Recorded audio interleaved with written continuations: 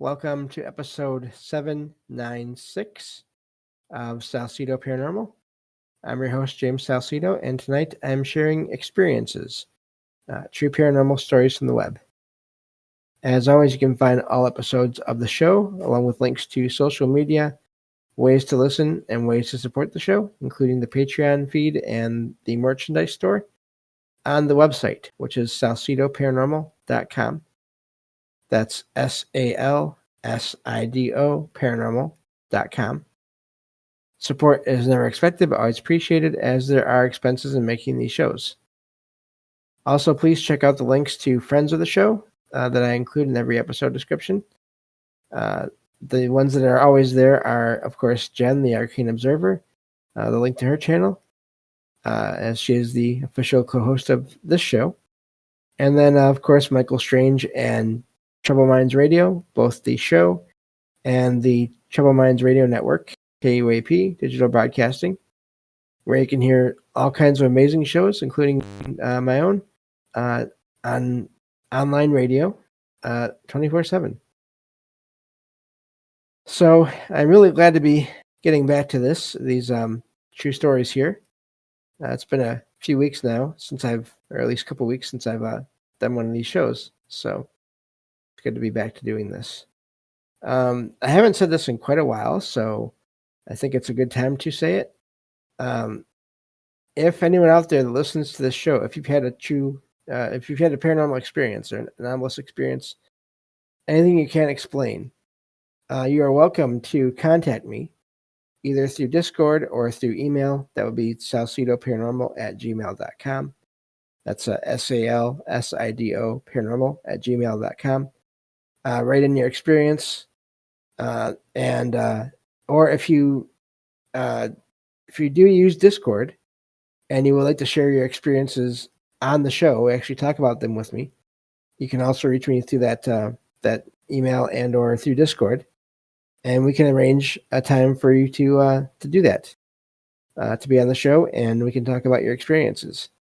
That's what this show is all about, letting people know that they are not alone in the experiences they've had, and just also showing that not all experiences are necessarily negative or meant to be negative by whoever or whatever is out there.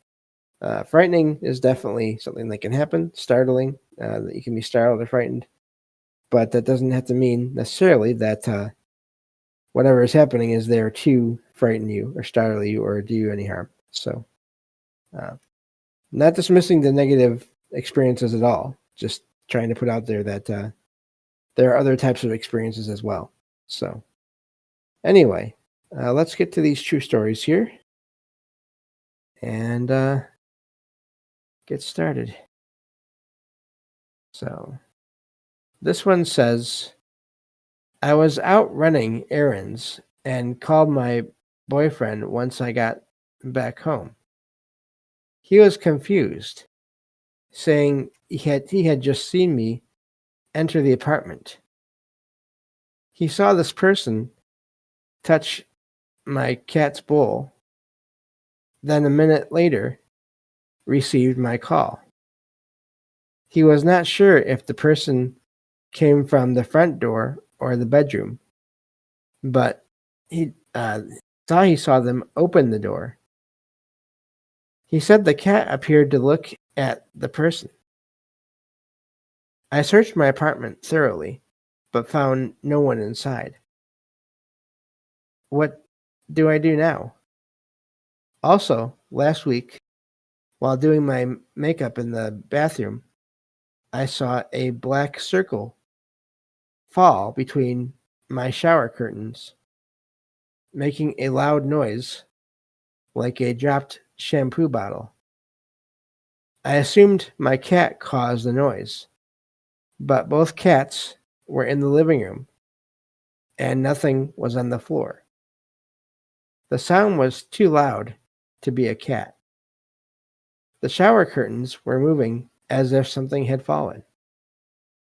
I don't get scared by such things, just alert and annoyed. And that's where that one ends. Sounds like they may have an active place. The falling and seeing, I guess, maybe it'd be the shadow of something. I don't know on that. Uh, and then hearing the sound, it's hard to say what's going on there. But yeah, and then it sounds like either a mimic. This is something I always wonder too. Is it a mimic when people see what they think is someone they know, or is it some weird kind of time anomaly? Or is it, I guess there's the third option of, is it the person thinking, was it the writer there at the time, maybe thinking about something about feeding their cats when they got home, and somehow projecting that? Because I've heard of that as well, the idea of bilocation and or just thinking about something so much that an image of the person appears wherever the focus of the thoughts are at. So all these options I think are possible. It's impossible to know what is the situation there, what's really happening. So the sound, and then the seeing the shadow, but then not seeing anything on the inside of the shower. That's odd too, because what was the dark object or the shadow, and how did it vanish when it landed, but then also how did it make that loud noise? So that's a really odd one, because I feel like it doesn't fit into any type of category that I could think of, or a typical sort of event that I can think of that I've heard or read about before. So, which is always, it's amazing for me, because you never know when I'll find something similar later, but also I can understand why it'd be startling and annoying to the writer there as well. It's also doesn't surprise me that these things happen in and around kitchens and bathrooms, places where there's water moving through the pipes and the walls and everything. So there's something to that. So many experiences happen in bathrooms and kitchens. Well, moving on to the next one here. This one says, I was working late at night inside a house. While sitting and talking to a colleague who was sitting across from me, I was suddenly blinded by a blue light. My vision became completely blue, uniform, sky blue, not too bright or painful. After a moment, the blue light disappeared and normal vision returned. My colleague was visibly shocked and said I had been totally surrounded by a blue light, which then vanished. There was no strange sensations or after effects before, during, or after the incident. I have no idea what happened. And that's where that one ends. That's a short one, but that is an amazing one in a way, because you have a witness to the event. Not only that, you have a witness to this event that happened to the writer there, but you sort of get both perspectives. You sort of get to imagine the experience from two different perspectives there. The person that the light appeared to come from, the writer, and the person that saw the light come from the writer, the other person there, and then fade away. That, I don't know, that sounds almost like a flash of maybe their aura or their energy that was just so intense that it was visible to both of them. I don't know what else to think with that, but that really is amazing. I've never heard of that big of a. I've heard of people seeing their bits of their aura or parts of their aura in front of their eyes before. We've talked about it on previous shows, once or twice here. But I've never heard of that big of a event. I don't think anyway, happening, especially where another person was there to witness it. So that really is that sounds amazing, and I'm glad that there were no effects to it when it happened as well. But yeah, I remember I found that one a while ago, and I wanted to share that because usually you hear about lights sort of appearing or showing up and people seeing them move around and then fade away. I think that's the first time I've heard or read anything about the light coming from a person and spreading out that much and that fast and that bright, and then fading away and having two people see it like that. So that's quite the account right there. And I'd be curious about if I ever find any similar accounts like that. Moving on to the next one. This says this happened just a few minutes ago. I was heading to a bathroom located in another bedroom across the house. There is a dog gate that separates this part of the house. I left the dog gate open, planning to return soon. I was just going to brush my teeth. As I entered the bathroom, I heard the dog gate shut and latch by itself. I had never experienced anything like this before, despite living in this house since 2015. Did a spirit do this? I am a bit spooked by what happened. What do you all think about this? And that's where that ends. I'm really curious if the writer there could have been, if they had been out and could have seen the space, could have seen like the gate and the area by the gate, would they have seen if there were any dogs in the house at the moment? I'm wondering if there were or not, since the person there said they left the gate open. But if there had been a dog in the house, I'm curious if the dog would have been anywhere near the gate and before it closed, and someone or something closed it to keep the dog where it was supposed to be. I'm really curious about that.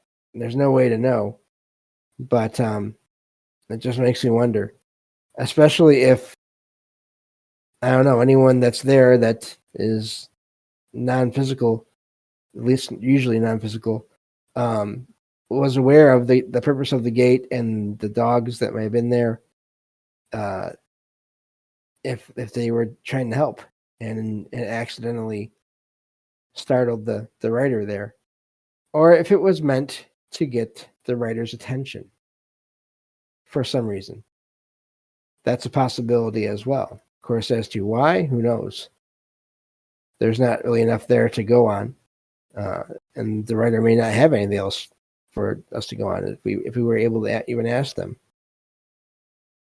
So yeah, I don't know, but it does make me wonder: was there a dog that was going to sort of get into a part of the house where it wasn't supposed to be, and someone closed the gate so it couldn't do that?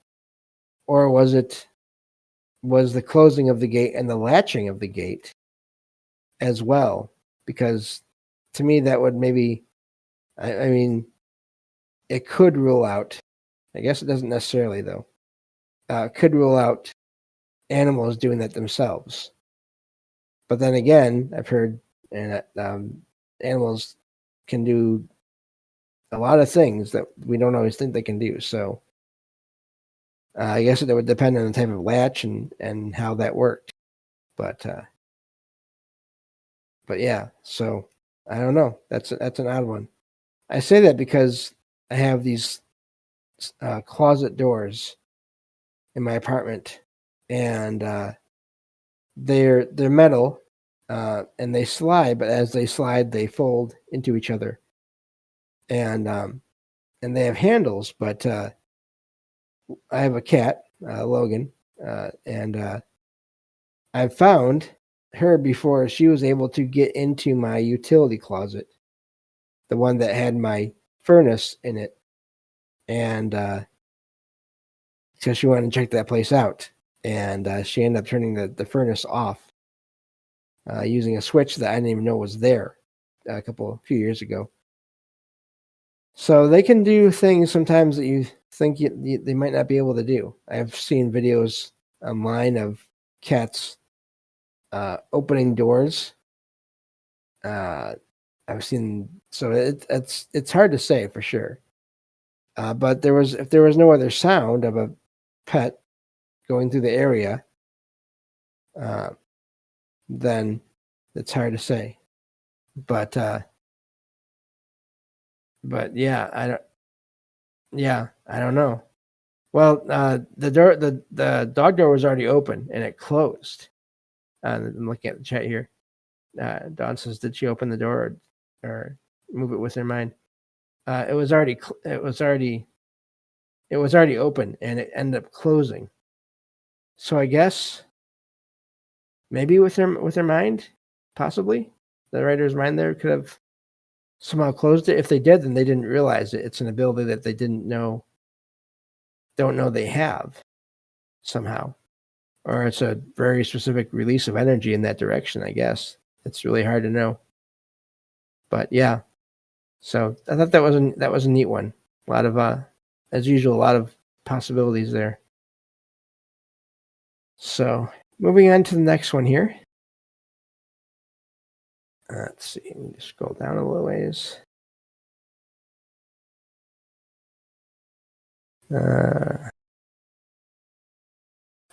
Okay. I think I may have skipped 2 numbers somehow in here. Anyway, it's not a big deal. This document appears to be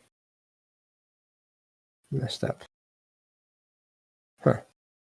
Okay. I'm going to save this real quick.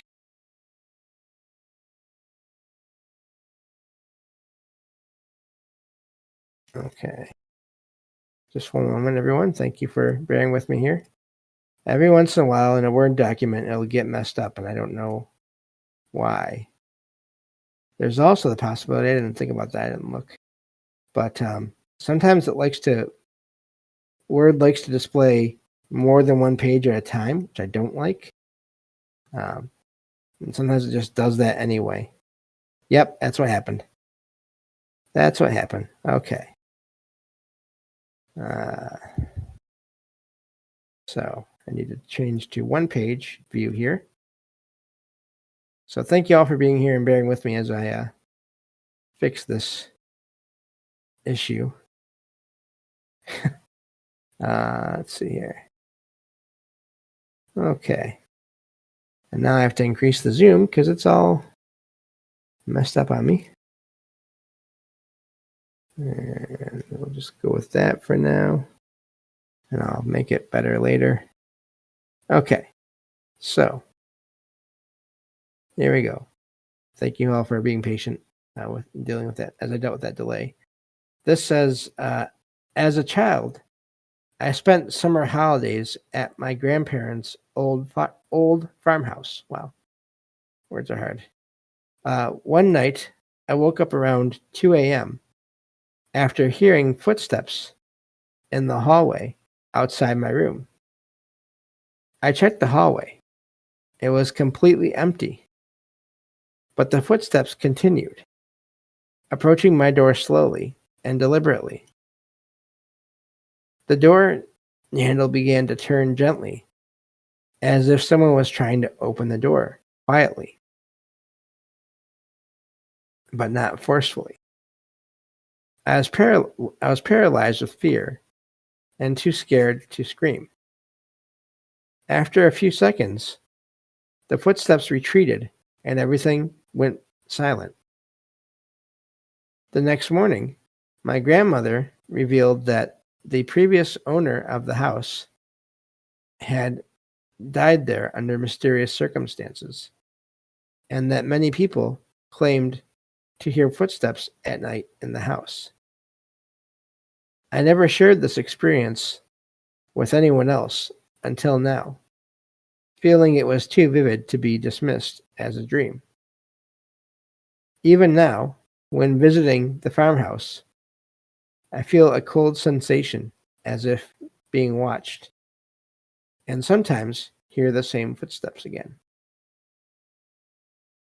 That's where that one ends. That is makes me wonder about.